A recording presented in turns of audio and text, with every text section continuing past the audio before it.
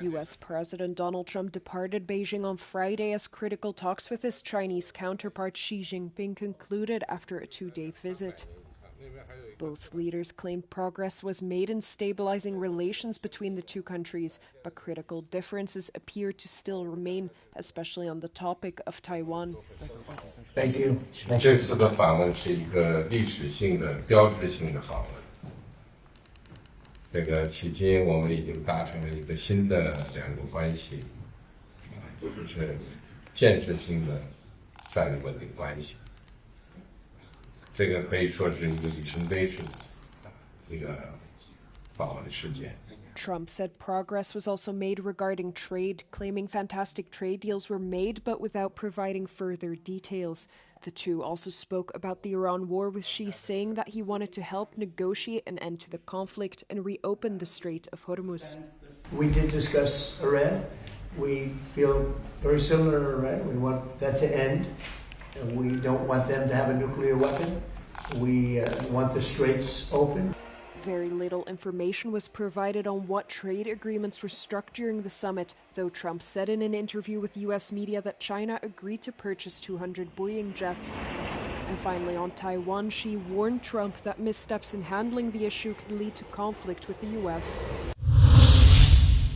She would like to see a deal. The United States has cancelled the deployment of 4,000 troops to Poland, following a growing diplomatic rift between Washington and Berlin. The Pentagon previously announced a drawdown of 5,000 soldiers from Germany after German Chancellor Friedrich Merz criticized the US-led war in Iran. In an abrupt move confirmed by Euronews, Washington has now scrapped the highly advanced rotational force that was already scheduled to replace units in Poland. The decision caused disappointment in Warsaw, where officials previously hoped to host the repositioned American forces to secure the eastern flank against Russia. Polish President Karol Nawrocki stated on Wednesday that his country was ready to receive the troops, but Polish Deputy Prime Minister Władysław Kosiniak-Kamysz sought to downplay the cancellation on Thursday morning. NATO Secretary General Mark Rutte also sidestepped the issue during a press conference in Bucharest, while alliance officials insisted the move would not affect core deterrence and defense plans. Some disappointment. 36 countries have signed up to a special tribunal to prosecute Russian President Vladimir Putin for the crime of aggression against Ukraine during the annual meeting of foreign affairs ministers of the Council of Europe in Moldova. Ukraine's Foreign Minister Andriy Sybiha hailed the decision and referred to the Nuremberg trials of surviving Nazi leaders in comparison. He added that Putin will be remembered in history as a criminal. The tribunal will work alongside a damage register collecting claims from victims of Russia's aggression and a claims commission that will assess those claims and decide compensation. The initiative was launched because the International Criminal Court can only prosecute the crime of aggression if the country involved is a member. Unlike war crimes or genocide, the crime of aggression targets top leaders, not individual soldiers. Responsibility lies with those who control the state.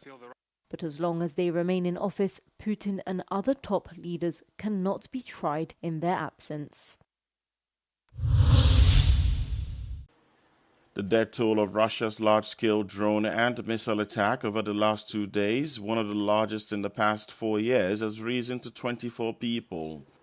Ukrainian authorities said the strikes primarily targeted Kyiv, the Ukrainian capital, and began as a rare daytime attack on Wednesday, which continued into Thursday, also leaving 47 people injured.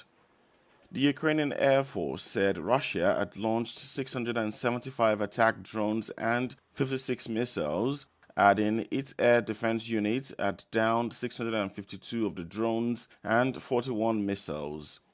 Several EU leaders condemned the attack, lamenting Russia's undermining of any efforts to end the war. Russian authorities, meanwhile, said that Ukrainian strikes on the city of Ryazan killed 3 people and wounded 12 others.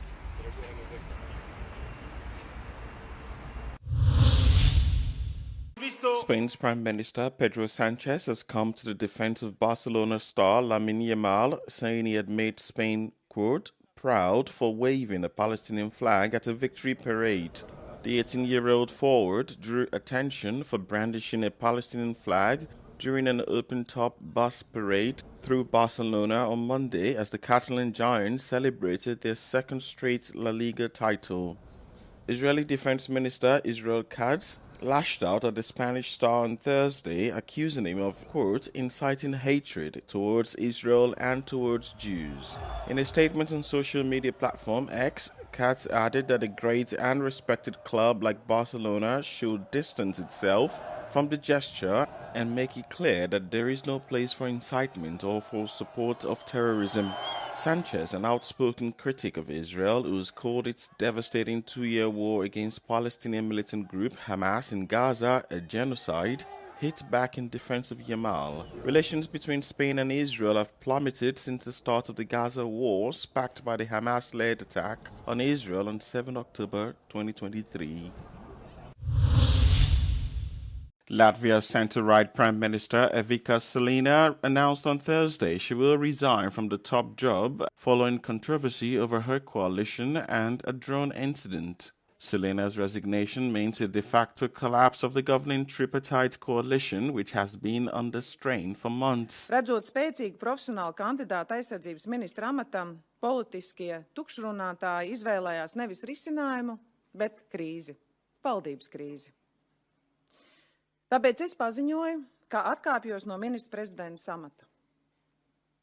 Tas nav viegls lēmums, bet tas ir godīgs lēmums šajā situācijā. Šobrīd cilvēkiem vairāk kā jebkad ir vajadzīga drošības sajūta. Nevis partiju ķīviņi, nevis amatu dalīšana vai politiska pozicionēšanās. Her resignation came after Latvia's defense minister, Andris Spruds, from the Progressive Party, was forced to resign last week over the government's handling of multiple incidents involving stray drones crossing into Latvian territory. Hundreds of road surfaces in western Hungary may be contaminated with asbestos. One of these areas is currently under construction in the city of Szombathely. Igen, na hát ez például az. Ez az, tehát ezeket a világosabbakat kell nézni. Tamás Weisberg, a geologist, says that on its own it is just a piece of rock, but it's its form that matters. Mint egy kígyó beáll a légáramlásba, és egészen a hörgőkig le tud jutni, és onnan nem jön ki. És azáltal, hogy hosszú, ezért nem tudják betokozni a megfelelő falósejtek, és egy állandó gyulladásos állapotot hozhat létre. És ugye egy állandó gyulladásos állapot aztán idővel átalakulhat rákká.